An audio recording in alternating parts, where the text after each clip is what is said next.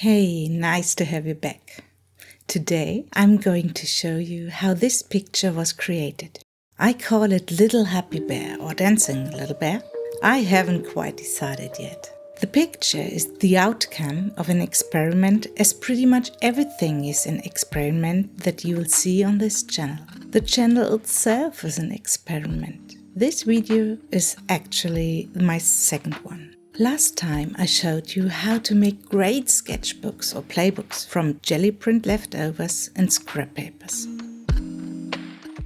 Today I'll take you on a journey to try out acrylic techniques. For this artwork I have been inspired by Gerda Lipski. I highly recommend you check her out. She has really good videos, simple, straightforward, and very easy to understand. Okay, let's get started. I have a roughly A3 sheet of paper here, pre-primed with gesso and fixed to the glass plate with washi tape, because it does get a bit wet. Then I mixed the desired color tone from acrylic paints and watered it down a little.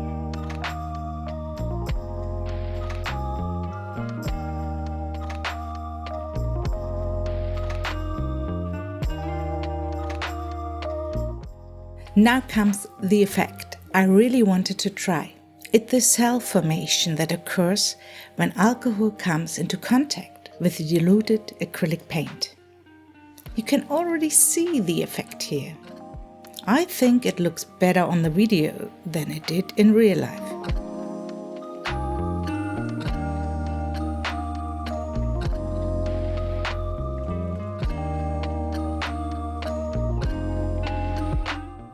I didn't quite like it then, so I added more layers, wiped them away and reapplied. Then I dripped some alcohol on it again, and so on and so on. Well, as you do in a real experiment, right? The colors I'm using here were shown earlier. These are relatively cheap paints. Of course, they don't have the best quality. I can't say anything about the pigmentation or light fastness, these paints. But I'm on an experimental journey and I want to try out different techniques, and well, as I'm usually broke, I don't mind using the cheaper paints from time to time for these kind of experiments. I discovered the action paints when I started acrylic pouring, and they do a really good job.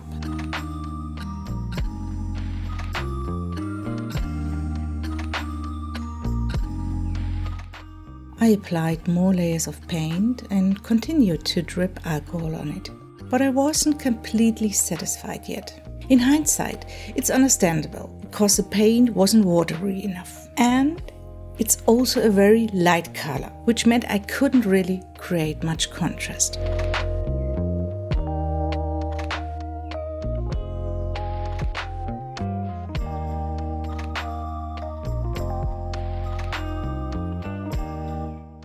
I would have liked a much stronger effect, but in hindsight this can only be achieved if the contrast is higher. Nevertheless, I kept applying paint to the paper and dripping alcohol on it, wiping it away, and as you can see here, removed the moisture from the picture for the second time with a sheet of paper.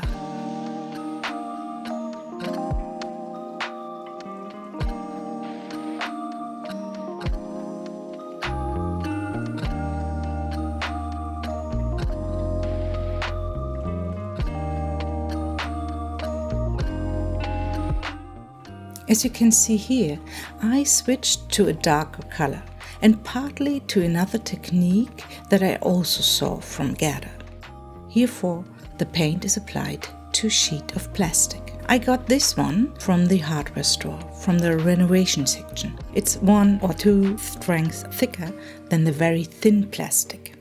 I also like to use this plastic for acrylic pouring because it stays in place well and I can easily peel off the paint drops or acrylic skins for further projects. And because it's a bit thicker, it's also very durable. It can take quite a bit, so I can reuse the plastic sheet over and over again.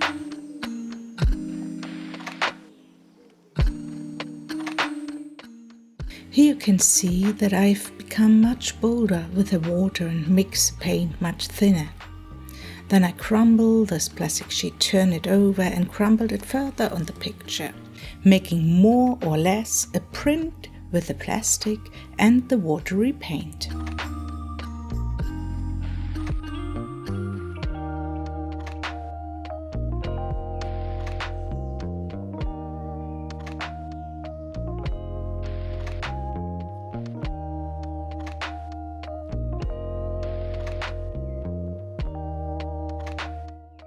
I just want to show you that it's worth sticking with it, even if things don't go quite as planned. So I just keep going, intuitively following the inspiration, the impulses. Something will come out of it eventually.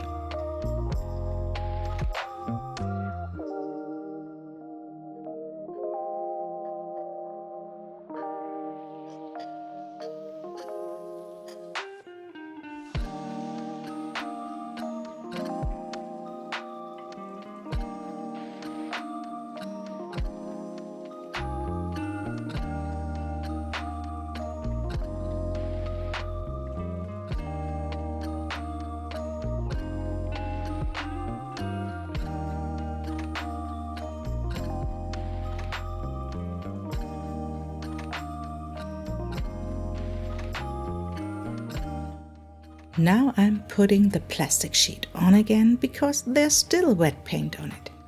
And again, I use a piece of paper to remove the excess moisture from the picture. I let this sheet dry and later added it to my collage paper collection. Nothing goes to waste with me.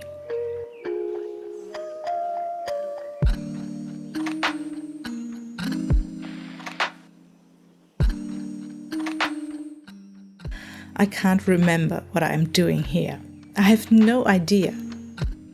What is this supposed to be?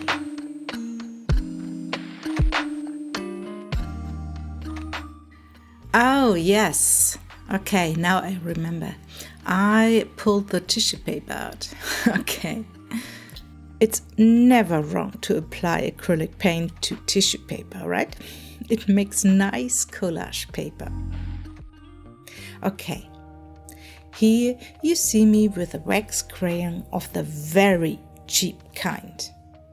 At that time, I didn't have a China marker, so I used these super duper cheap wax crayons. Although I already had a small set of Caran d'Ache Neocolor 2 by that time.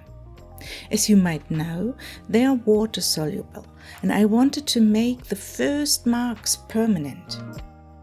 I didn't want the marks to dissolve because I wanted to keep the energy in the picture.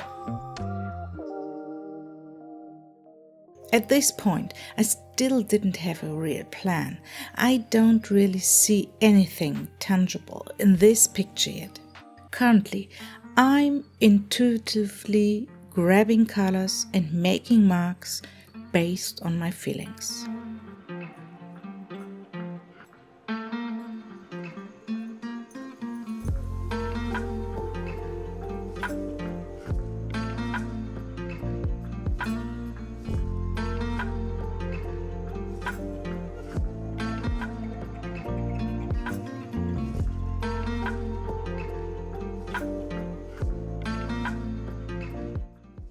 And yes, now I'm getting out the Caran d'Ache because I was so frustrated with these cheap wax crayons and I had the urge for this pleasant application of color.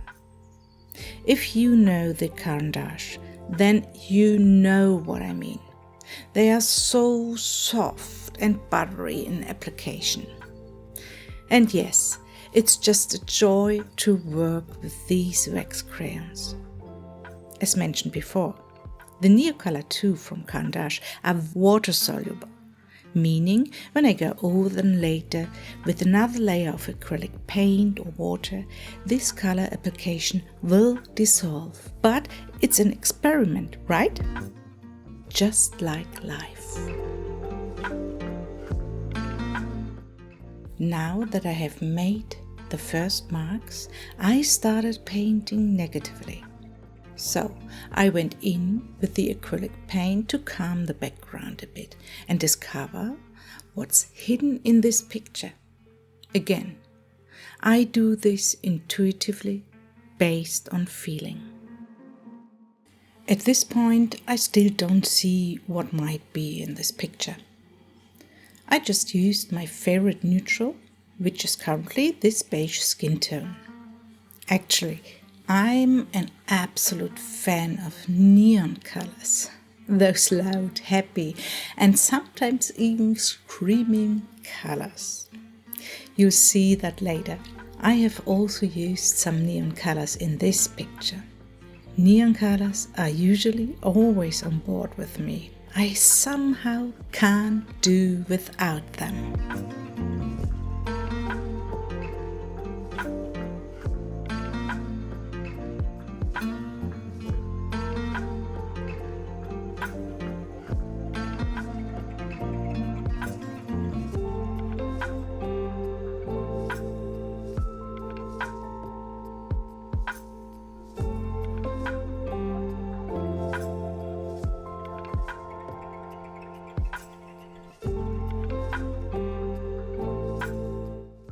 And now, finally, the little bear is becoming recognizable. I just worked out his left ear with some scribbly circles. And that must have been the moment when I discovered this little bear for myself.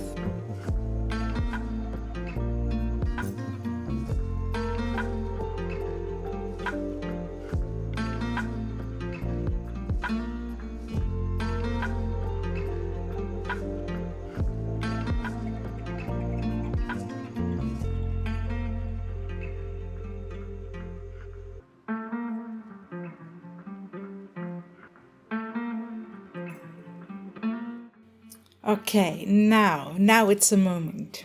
The neon colors come into the picture. I can't tell you enough how neon colors just make me happy.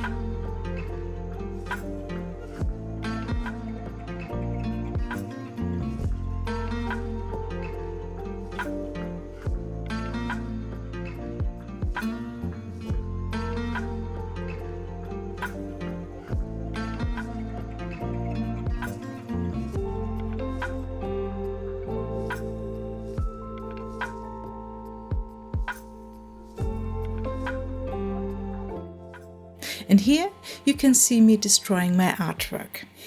I damaged the surface a bit with a brayer.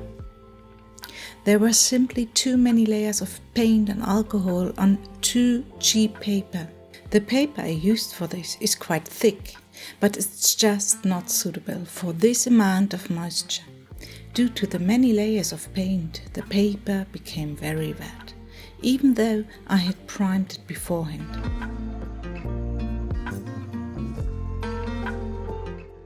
Well, I guess this paper was ultimately no match for the brayer. It dissolved into its individual layers. But as you can see, I solved this little problem very easily. I just glued a piece of collage paper over the damaged spot, and that was that for me.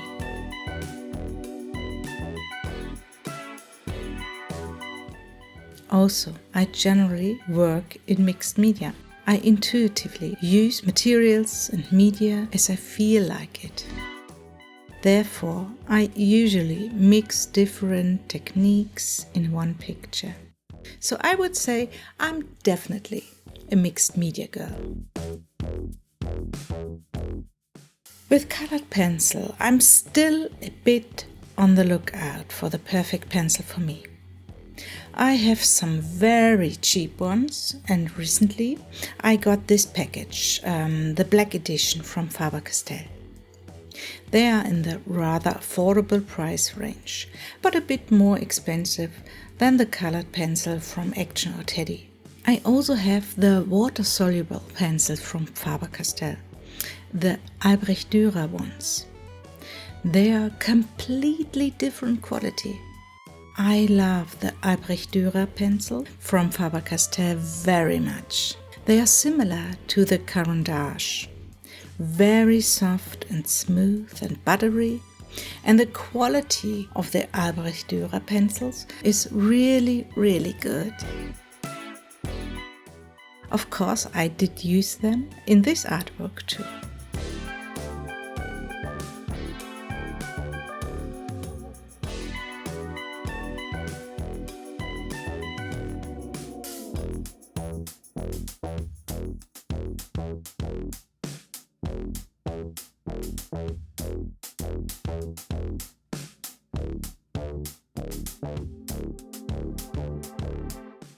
The attempt to remove the washi tape from the edge didn't really work. It was so stuck to the cardboard that it kept tearing and the layers of paint came off. So I decided to leave the remaining washi tape on the paper. I just wrapped it around the edge. I mean, it could have been worse. It wasn't too dramatic in terms of color choice. It's as if I knew beforehand, but I didn't. I was really lucky with my choice from the washi tape box.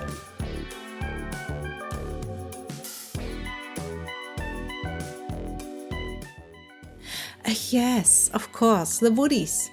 They are also on board. The woodies from Stabilo. These are also water soluble. You see, I like this media. Here too, I have some from cheap to expensive. I think for experimenting, it's perfectly fine to use cheaper materials sometimes, especially if the wallet isn't that big or isn't exactly full. I don't have the complete woody range because I don't like all colors equally. But of course, I have my most important and favorite colors. So, of course, pink, coral, turquoise for sure, teal, then black and white, and of course red. So when I think about it, maybe I do have the complete range. I'm not sure anymore. I think I don't have the green, because I'm not the biggest green fan. Although I keep trying to get used to this color, but it's difficult. It's a really difficult terrain, this green. To be honest, I don't have to get along with every color, but I try now and then. You can already see my color scheme and my favorite colors very well in this picture.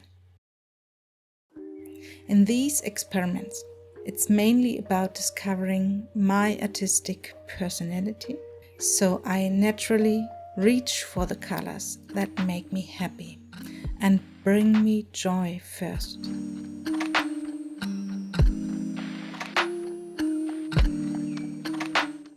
I like circles, I like round things, but I also like squares, especially those with rounded corners. Yes, I enjoy scribbling these marks, splashes and circles.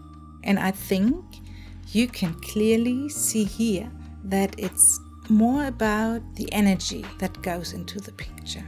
It's not about the perfect line, the perfect shading, or the cleanest execution. Sometimes a scribbly line says 100 times more than a precisely laced stroke. It's all about the energy of the picture, and for that you need a certain looseness. I believe that creativity is much more than the right medium. Every picture is an adventure and a journey of discovery. In my case, it's an emotional treasure I'm searching for, and sometimes I just go by feel, like here in this picture. And if you enjoyed this video and you like my content, so feel free to subscribe and give me a like. Thank you very much for watching, and till the next time, bye.